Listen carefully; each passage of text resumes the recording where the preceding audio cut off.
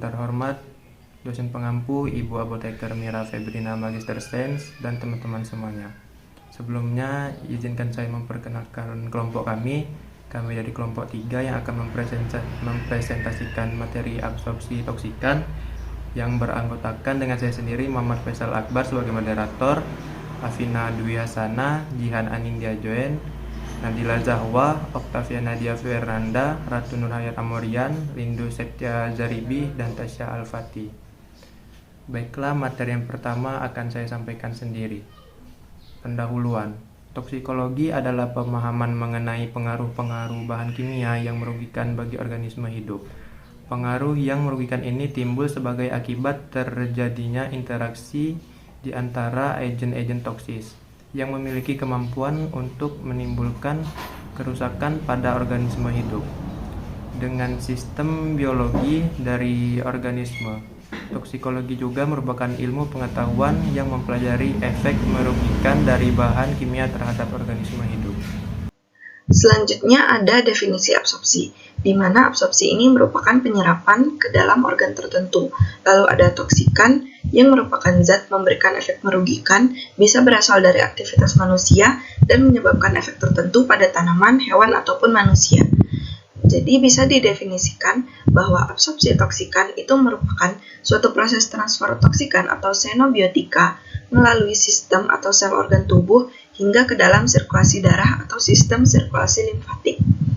Absorpsi ini tidak akan terjadi tanpa adanya proses transport melalui membran sel yang merupakan bagian penting dalam proses absorpsi, di mana cepat atau lambatnya proses ini akan dipengaruhi oleh permeabilitas membran selnya. Tempat utama terjadinya absorpsi itu bisa melalui saluran pencernaan, paru-paru atau saluran pernafasan, dan kulit. Namun, absorpsi ini juga dapat terjadi melalui tempat lain seperti subkutis, peritoneum, atau otot. Proses ini dapat dipengaruhi oleh beberapa faktor seperti mekanisme pajanan ke target sistem, konsentrasi, serta sifat fisik dan kimia zat. Selanjutnya, mekanisme transport toksikan. A. Difusi pasif melalui membran. Proses terjadinya difusi pasif harus melalui beberapa kondisi, di antaranya, yang pertama, gradien konsentrasi harus mampu melewati membran. Yang kedua, selaput senyawa harus larut dalam lipid. Dan yang ketiga, senyawa bersifat non-ion. B. Filtrasi lewat pori-pori membran poren. Sel umumnya memiliki pori sekitar 4 Armstrong, terisi penuh dengan air, dan hanya memungkinkan dilewati oleh takson yang relatif larut air. Yang kedua, membran dengan ukuran pori sekitar 70 Armstrong yang mungkin dilewati oleh molekul dengan ukuran kecil dari albumin. C. Transport dengan perantara molekul perantara carrier. Transport dengan perantara molekul pengemban dikenal dengan transport aktif. Transport aktif yaitu proses khusus yang memerlukan pembawa untuk mengikat tokson, membentuk kompleks tokson pembawa yang membawa tokson melewati membran dan kemudian melepas tokson di sisi lain dari membran. Baik, selanjutnya itu ada mekanisme transport toksikan melalui pencaplokan oleh sel pinositosis yang disebut dengan prosesnya itu pinositas. Nah, sebelumnya saya akan menjelaskan pada gambar itu ada dua proses, ada fagositosis dan pinositosis. Nah, itu tuh termasuk ke dalam proses endositosis. Nah, perbedaannya apa? Mengapa kita melalui pinositosis bukan fagositosis? Nah, untuk fagositosis ini itu dia spesifik, bentuk-bentuknya spesifik dan juga dalam partikel-partikel padat seperti bakteri dan bentuk lainnya. Nah, kalau untuk pinositosis itu dalam bentuk makromolekul. Jadi dia itu ukurannya besar, molekul yang berukuran besar, dan juga jenisnya itu cairan. Nah, selanjutnya kita akan membahas bagaimana mekanisme dari pinositas atau proses pinositas, pencaplokan dari sel pinositosis tadi. Nah, mekanismenya ialah makromolekul itu akan diselubungi oleh membran sel yang ada di sekeliling bahan makromolekul. Nah, kemudian akan dicaplokkannya masuk atau ditarik masuk ke dalam sel. Nah, makromolekul tadi akan tetap tinggal di dalam sel sebagai vakuola. Nah, proses pinositas ini biasanya itu diusulkan untuk absorpsi dari vaksin polio yang diberikan secara oral serta untuk makro-makromolekul atau molekul-molekul besar lainnya. Selanjutnya itu ada fasenya, saya akan menjelaskan fasenya. Baik, selanjutnya fase kerja dari toksikan. Nah, itu terbagi menjadi 3 sebenarnya. Namun karena kelompok kami hanya menjelaskan tentang absorpsi toksikan, maka fasenya akan kami jelaskan yaitu 2 fasenya, dimana itu fase eksposisi dan fase toksokinetika. Nah, fase ketiganya apa sebenarnya? Nah, fase ketiganya itu fase toksodinamika. Nah, fase eksposisi itu merupakan fase farmasetik di mana toksikan ini dapat diubah menjadi senyawa yang lebih ataupun kurang toksikan. Jadi dia dapat menjadi lebih toksikan atau malah menjadi kurang toksikan dari senyawa awalnya.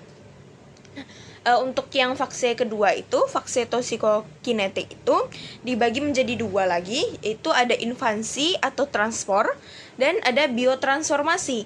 Nah, untuk biotransformasi ini terbagi menjadi 2 fase. Fase pertama itu untuk reaksi penguraian, untuk fase kedua itu reaksi konjugasi. Baiklah, saya Octaviana De Fernanda dengan NIM 2201031 akan melanjutkan penjelasan dari teman saya. Materi selanjutnya yaitu alur absorpsi toksikan. Saat seseorang berkontak dengan senyawa toksik, maka senyawa tersebut akan mendapatkan akses masuk untuk masuk ke dalam tubuh. Namun, tidak cukup hanya sekedar berkontak dengan kulit, terhirup ke paru-paru, atau memasuki jalan intensial bagi suatu senyawa untuk dapat masuk secara utuh ke dalam tubuh. Tetapi senyawa tersebut juga harus benar-benar melintasi penghalang biologis dan setiap karakteristik jalur penghambat yang mempengaruhi absorpsi. Berikut ini penjelasan mengenai rute penyerapan toksikan di dalam tubuh. Dapat dilihat dari gambar, ada kontaminasi udara yaitu gas, partikel uap, dibagi menjadi 3, yaitu inhalasi, toksikan yang masuk melalui hidung, ingesti, toksikan dimodifikasi oleh enzim, pH, dan mikroba melalui mulut, dan absorpsi melalui kulit. Selanjutnya ada bahan kimia cair dan padat, akan diabsorpsi melalui membran mukosa mulut. Nah, yang pertama ada ingestion atau absorpsi saluran pencernaan. Melalui saluran pencernaan, absorpsi bahan toksik dapat terjadi di sepanjang saluran pencernaan. Alur tokson melalui saluran cerna dapat terjadi bersama makanan, minuman, atau secara sendiri baik sebagai obat maupun zat kimia murni. Pada jalur ini, mungkin tokson terserap dari rongga mulut, dari lambung, sampai usus halus, atau eksposisi tokson dengan sengaja melalui jalur rektal, kecuali zat yang bersifat basa atau asam kuat, atau zat yang dapat merangsang mukosa. Pada umumnya, tidak akan memberikan efek toksik kalau tidak diserap. Cairan getah lambung bersifat sangat asam, sehingga senyawa asam-asam lemah akan berada di dalam bentuk non-ion yang lebih mudah larut dalam lipid dan mudah terdifusi, sehingga senyawa-senyawa tersebut akan mudah terserap di dalam lambung. Berbeda dengan senyawa basa lemah, pada cairan getah lambung akan terionkan, oleh sebab itu akan lebih mudah larut dalam cairan lambung. Senyawa basa lemah karena cairan usus yang bersifat basa akan berada dalam bentuk non-ioniknya, sehingga senyawa basa lemah akan lebih mudah terserap melalui usus ketimbang lambung. Pada umumnya, tokson melintasi membran saluran pencernaan menuju sistem sistemik dengan difusi pasif, yaitu transport dengan perbedaan konsentrasi sebagai daya dorongnya. Namun, di samping difusi pasif, juga dalam usus terdapat transport aktif seperti transport yang terfasilitasi dengan zat pembawa atau karier, atau pinositosis, contoh obat yang penyerapannya di lambung yaitu asam benzoat, dan obat yang penyerapannya di usus yakni analin. Selanjutnya, alur absorpsi toksikan yang kedua yaitu respirasi atau inhalasi. Paru-paru memiliki area permukaan yang luas dan ketebalan dinding membran yang relatif tipis. permeabilitasnya tinggi, laju aliran darahnya tinggi, dan tidak terdapat reaksi first pass effect sehingga bahan toksik akan terabsorpsi dalam jumlah yang besar. Alveoli merupakan tempat utama terjadinya absorpsi xenobiotika yang berbentuk gas seperti karbon monoksida, oksida nitrogen, belerang dioksida, atau uap cairan, dan seperti bensen dan karbotetraklorida. Kemudahan absorpsi ini berkaitan dengan luasnya permukaan alveoli, cepatnya aliran darah, dan dekatnya darah dengan udara alveoli. Laju absorpsi ini bergantung pada daya larut gas yang ada di dalam darah. Semakin mudah larut, maka akan semakin cepat diabsorpsi. Baik, yang ketiga, kulit atau dermal. Lapisan epidermis terdiri dari atas lapisan sel basal yang memberikan sel baru. Bagi lapisan yang lebih luar, sel baru ini menjadi sel duri dan nantinya menjadi granuler.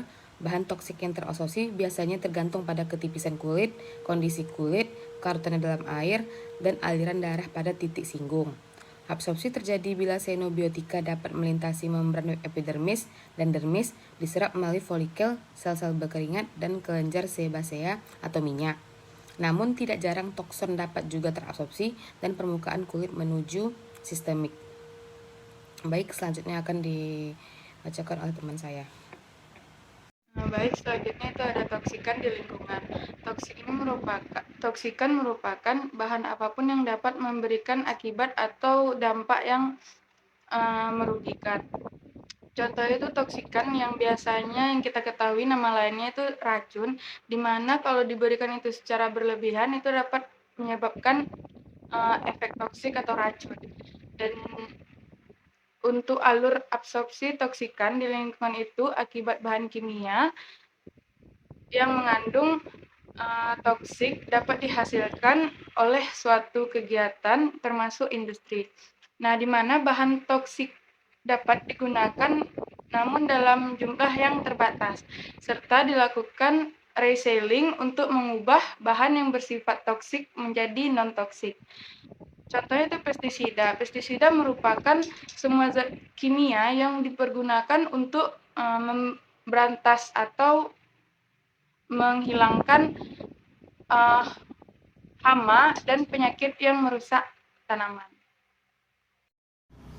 Baiklah, mungkin itu saja materi yang dapat disampaikan oleh kelompok kami. Kurang lebihnya mohon maaf. Assalamualaikum warahmatullahi wabarakatuh.